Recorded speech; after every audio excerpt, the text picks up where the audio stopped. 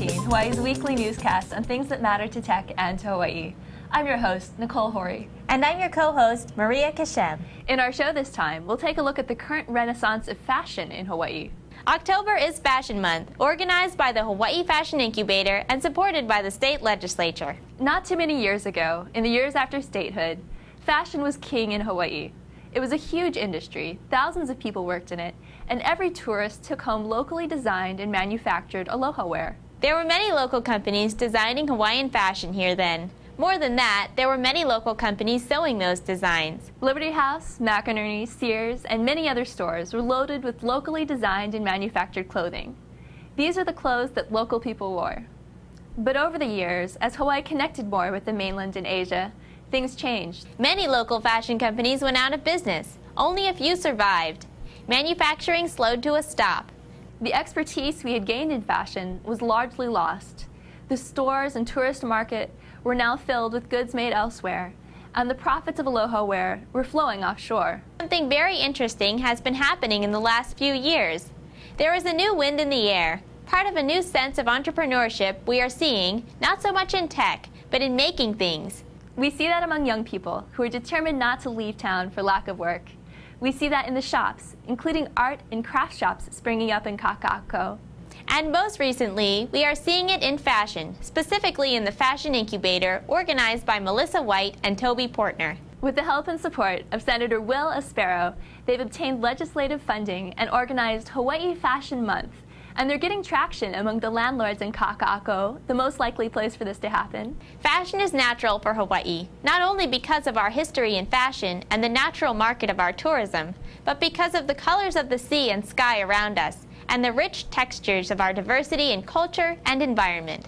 It's not just a remake of an old industry. It's a new fusion of tech and art, of East and West, of all the people and things that are Hawaii, with great potential. Actually, this fusion of diversity in fashion is a thing that has waited to happen for years, and it is now happening, and we are finding that it is exactly the right thing for Hawaii. There are so many factors that call out for the development of this new industry in Hawaii. New design technologies make design, pattern making, cutting and sewing so much easier. And new information technology, including e-commerce, makes advertising, sale and promotion, and distribution of fashion so much more accessible. A new generation of entrepreneurs seems ready to jump in and invest themselves in this industry. Our mono-economy cries out for diversification, and here's an industry that perfectly fits with what we have. ThinkTech has been talking with people who are involved with the growth of the industry, and we want to share some of the footage of those discussions with you now. First, here are some clips from our discussion with Senator Will Aspero, a longtime legislative advocate for fashion in Hawaii, and Melissa White, co-founder of the Hawaii Fashion Incubator. What are the vectors that you would like to see come together, and what would you like to see happen? What's the dream of the industry, Senator? Well, if I may start, there are many factors and issues that are pushing Hawaii fashion. Of course, the Hawaii brand is such a strong brand. The proper product attached to the Hawaii name can probably sell very well wherever that might be. It could be a higher priced quality brand, but there is a strong market for that, as you know. If you just go to Ala Moana Shopping Center and you see the diversity of the stores from the Sears, or what used to be a Sears, to the Gucci and Neiman Marcus, that's a spectrum of opportunities and items for people to buy. But also with the internet. Now, someone can literally market from their home, and they can market to the world. Literally millions of buyers, shoppers, and individuals at your fingertips, and you can have your whole distribution from your home or wherever the case may be, thanks to the internet, and touch every corner of the world. And it all comes together, and we do have an industry that could build those websites. So this could be, if you go down Ala Moana now and you look for strictly Hawaiian fashion, the kind that brings the environment and the culture together, with the fashion industry as we know it globally. You don't see that much local. But if we could establish that brand and build it, design it, all elements happening here, there's Ala Moana and there's the internet. What a huge opportunity for us. It's like waiting. It's right there. What do you think, Melissa? Yeah, I think you touched on just the right thing there, is that, with an organization like Hi-Fi and a vehicle like Hawaii Fashion Month, we have an opportunity to bring the community together to define that Hawaii brand and to elevate it, and to provide platforms to get that to the world, whether it's high-profile events like Hawaii Fashion Month, bringing in international speakers, international celebrities, and providing a platform for people to show. And then I'd also like to see those platforms continue into the digital world, and not only deploying Hawaii design to consumers, but deploying Hawaii design to other international fashion destinations and putting us on the map. We also later met with Melissa at Ward Warehouse to take a look at the Fashion Month event she has organized. Partnering with Ward and opening our first physical space in March of this year was a huge step for Hi-Fi, and one that we've been working toward for about 5 years. And it really has provided a launching pad for our efforts. Whether you're just a fashion lover or a professional, you can come in, you can use our space for taking classes. We have a number of class offerings like sewing for beginners to advanced. Anytime that we're open, people can drop in and use our equipment and sewing notions and patterns. The other side is a showroom and retail area. So that features local designers from Hi-Fi's membership. From our retail space, we've been able to place different designers in other retailers as well and use it as a way to get their work out. We're really excited about October 2013. It's been designated as the first official Hawaii Fashion Month. It's a month on the calendar that's devoted to supporting and promoting local fashion, celebrating what we have going on here, and making more people aware of all the local fashion business and how the industry is growing. This is ground zero right here, the Hawaii's first fashion incubator, the Hi-Fi Coop. We opened it a couple of years ago, and it's just kind of the headquarters for our home base for our membership network, and there's a lot of people coming in and out preparing for these events. It's kind of a showroom and a retail store, so it's meant to show the diversity of work from our members. We actually have a lot of buyers that come through here. So this is the limited edition shirt that was designed especially for Hawaii Fashion Month. Right now the space is really active. We've got people coming in and out preparing for the Discover Kaka'ako fashion show at Ward Warehouse. We have a wide variety of vintage patterns and everything that you really need to come work on a project. So this is your handbook for Hawaii Fashion Month, our official program, which is published in the October issue of Honolulu Magazine. I definitely think Hawaii fashion has the potential to be great, and as great as it was in its heyday. It really, back then, it was really synonymous with print and aloha and bold, and we have a much more diverse perspective nowadays. But I think it's on the level, and in some cases exceeding the level of talent internationally. It has a unique perspective, and with the technology that we have today and the branding and marketing savvy that we have, I think that Hawaii has the opportunity to be a very powerful global brand in fashion.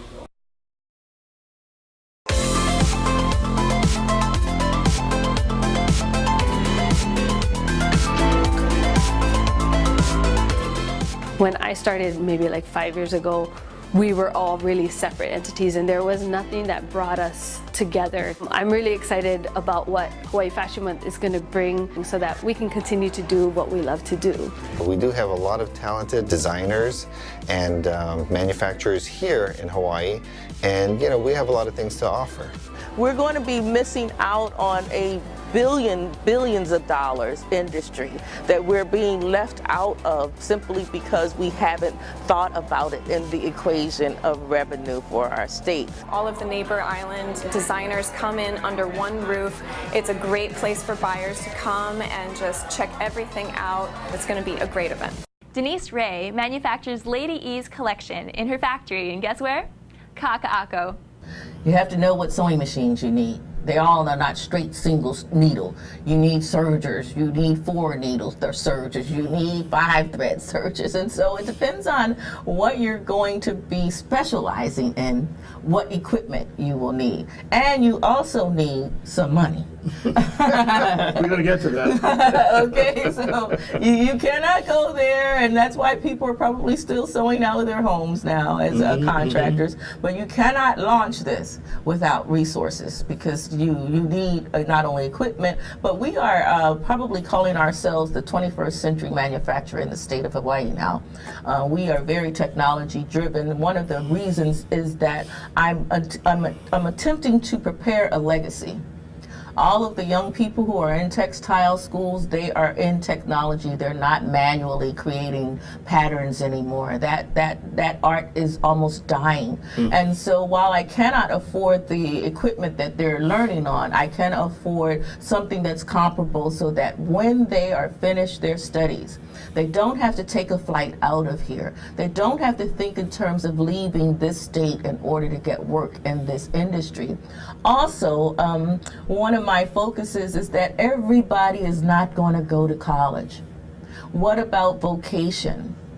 So I'm looking at myself as being an accelerator now that I've got 16 long months under my belt, and there are plenty of young people who need a vocation as opposed to preparing themselves for secondary education. They cannot afford it. They need a job when they get out of school. So, but how do we train them? Who trains them? So.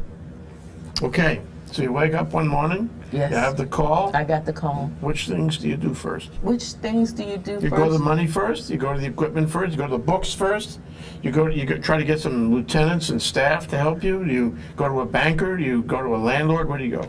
Or do you go to them all at the same time? All the same time, and the same day. Same Really time. big day. Exactly, it's a long 24 hours in that day. But first you need to find a location. And you know, people say location. It really is important. It really is critical. Somehow it's more than just a location, it's a symbol that you are serious. It's a symbol that you've signed that lease. Yeah. And now you need to move forward with whatever that lease capacity is. If it's 2 years, 3 years, 5 years, you need to now forecast yourself out for that length of time and not be prayerful that you survive. There's no strategy called hope. You've got to really think this through and determine how you're going to roll this business out and survive in an area that has ceased to exist. Later, we met with Denise at her factory in Kaka'ako to take a look around. As you will see, the factory is huge, much larger than you would expect. Welcome to E's Collection, everyone. 2011, and I'm volunteering at the APEC convention. I'm there at the CEO Summit, which means that every world leader was coming past my desk for registration, including our own President Obama. And President Obama had made a call out to the people to bring manufacturing back to the United States. And I said to myself, this is my responsibility. This is actually my call. I'm actually here not just to volunteer for APEC, but I was here to get the message to start manufacturing here in the state of Hawaii. So join me while we journey to the factory floor and see what we've done in 18 months' time here in Kaka'ako. We are calling ourselves the 21st century manufacturing because we are very technology driven. We would actually trace the pattern here so that it goes into the system and it would end up here in our computer system like this in pieces. And when it was time to create that pattern into a garment, we would use our printer and we would print it out there. And so this is where it all actually begins, in this very room. We also loom our own knits here. We are labeling ourselves as the St. John of the Pacific. And we would use this cut table and we would cut onesies and or twosies. We come up with that pattern and we make sure that the seam allowances was good. And then once we did all of those things and you were very much satisfied with your prototype and or your sample, we would move ourselves into production. So when we want bling on those products, that's where we come to. We bring the products from there to over here to get them embellished. We use a lot of organic cotton and we use a lot of bamboo, but even from a packaging standpoint, we must stop being such a disposable nation. If you were to buy a shirt from us, it would come in this reversible bag, and that means that you're always carrying and marketing E's collection. Companies are now using this packaging and putting their own logos on it. We also use this packaging with a bamboo handle on it. And then ladies, for the ladies out there, we're also rolling out our own line of shapewear, and your shapewear will be housed in this type of packaging. These are called our passport bags. We make one style for shopping and we make the other style for tote. These bags are actually made from remnants from Bob Arcus's upholstery company. But here's probably the most important component to this break room. This washer and dryer, we test every one of our fabrics that come out of here for color fast. We test it for temperatures before we put our label and or the instructions, the care instructions, we need to have tested that. This is a folding machine that will fold 100 shirts every 10 minutes. The goal was to have this prototype at the Honolulu airport, but I just found out recently that it would cost me $100,000 almost to have it put in the Honolulu airport. But Chicago has already ordered 3 of them, and so I have to bypass Honolulu airport and go straight to Chicago where it's something that's affordable to my budget. We've got a hand cutter here, and this is like just a hand cutter. And so you move from here to the next level, and the next level would be your rotary. And this is what we call our 8-inch, and I was up on this table Friday cutting these bags because the cutter is out of commission now. And so you got to learn a lot of things in a short period of time around here in order to keep yourself in business. All this new energy shows that something is happening in fashion design and manufacturing in Hawaii. A creative blend of elements is coming together into a new generation of fashion here, and a new industry is arising. Will Kaka'ako find its future? Will the fashion industry stay on this trajectory and realize its potential? Will there be new businesses and jobs and products and profits in Hawaiian fashion? It's too early to tell, but wouldn't it be great if that happened? That's why ThinkTech feels that fashion is again fashionable for Hawaii. And that's why we'll continue to follow the story. Follow it with us, and if you get the chance, buy Hawaiian fashion. Let's make Hawaiian fashion our special worldwide brand. Yes, let's make Hawaii the Paris of the Pacific. For more on the Hawaii Fashion Incubator, see hawaiifashion.org. For more on Hawaii Fashion Month, see hawaiifashionmonth.com.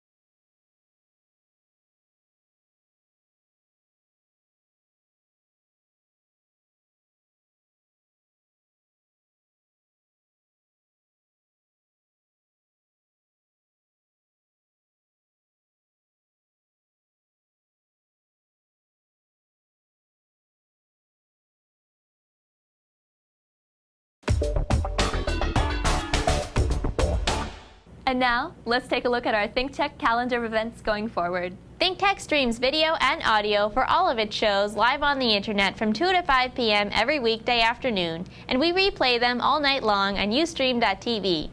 Visit ThinkTechHawaii.com for our live stream and YouTube links. Raise your awareness on ThinkTech.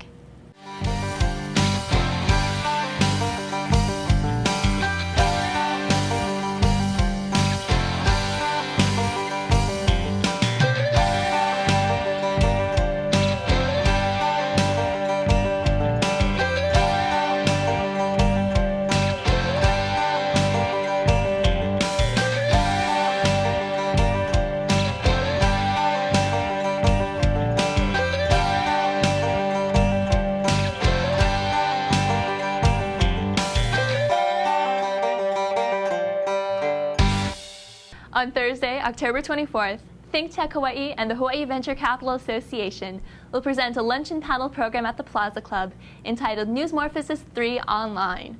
Is our online news media doing its job? The program will feature a panel of journalists and publishers from the online news industry in Hawaii, and Howard Dicus will moderate. You can sign up for this program on hvca.org. And now, here's Bill Spencer, president of the Hawaii Venture Capital Association, with this week's Spensation. Back in 2010, we started with Newsmorphosis 1, if you will. And it was really an interesting inquiry into how the newspapers and the media and news media in general in Hawaii were working. And it just so happened that in the very week of our program, the Honolulu Advertiser, closed down. What an incredible coincidence that was. And then we did another one a year later, I think, Newsmorphosis 2, to see how things had gone since the closing of the Honolulu Advertiser. Now here's number 3. Online news has surfaced much more than before, and there are a number of online news websites that claim to be delivering important news to us. And that's the question. Are they really? Are we getting as much news as we used to get? Are we getting as much news as we need to operate as citizens and voters in the electorate of a free society? Not clear. So we have this panel. We're setting up this panel October 24th at the Plaza Club. The moderator is Howard Dicus. We are so happy to have Howard Dicus. He's a great moderator. He moderated one of the earlier ones, if you recall. The question, I suppose, is what is likely to come up, in this discussion? Well, to me, the interesting thing is that since our first Newsmorphosis, we've really seen almost a virtual collapse in the printed news arena. Chicago Tribune, going through bankruptcy, and more recently, the Washington Post being acquired by Jeff Bezos, online king of the world. Yeah. Which portends who knows what, but I think it's an indication, though, that this metamorphosis, this newsmorphosis, is for real. But I think one of the other issues to me is the issue of quality versus quantity. On the flip side of that, a lot of the media will simply repeat a press release they get from government or industry without any analysis whatsoever. And really, that's an abdication of the responsibility of the press. And this goes to the cacophony point I'd like to make. The cacophony of all these people making comments without having any facts. And they just shove that stuff online, and people think there may be some truth to it.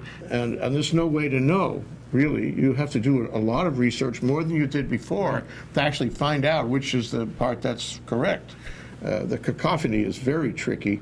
Another issue that I hope we talk about is this notion of trending, which you sort of touched on, just taking a press release and reporting on it. But trending is sort of a strange metric that people use to indicate how popular a news story or a subject is becoming. But the reality is that newspapers steal from each other.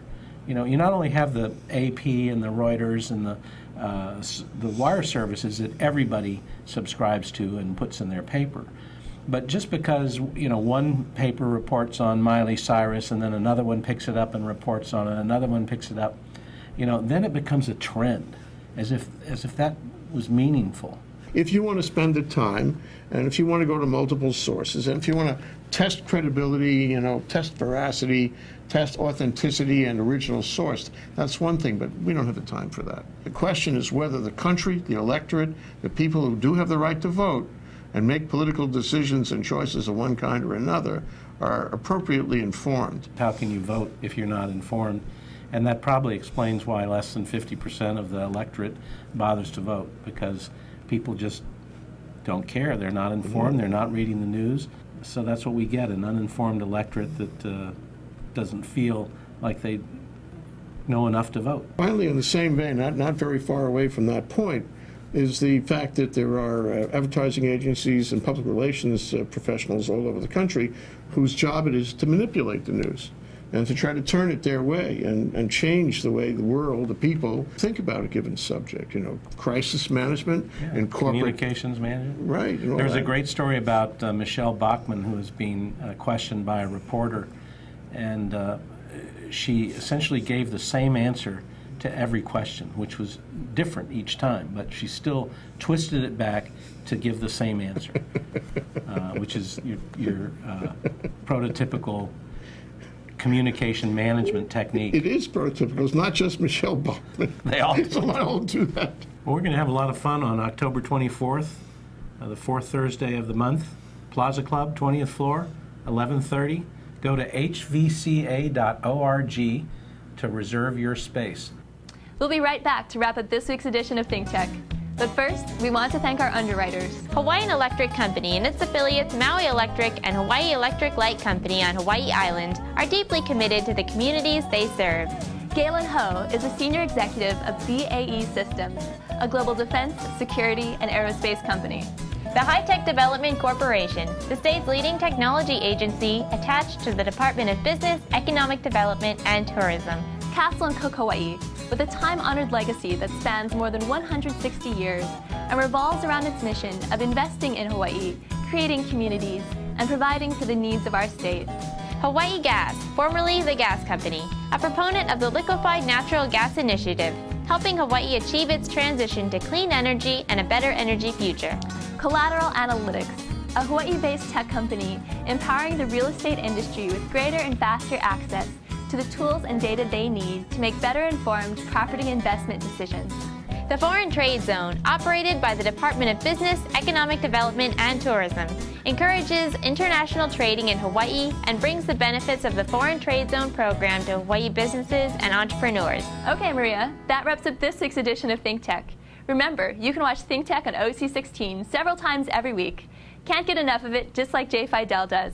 For additional times, check out oc16.tv. Totally, Nicole. For lots more ThinkTech videos and for underwriting and sponsorship opportunities on ThinkTech on OC16, visit thinktechhawaii.com. Be an underwriter, a sponsor, or a volunteer, and help us reach Hawaii. I'm Nicole Hori. Thanks so much for joining us on ThinkTech. You can watch the show throughout the week and tune in next Sunday evening for our next important weekly episode. Aloha, everyone. I'm Maria Kashem. See you next time.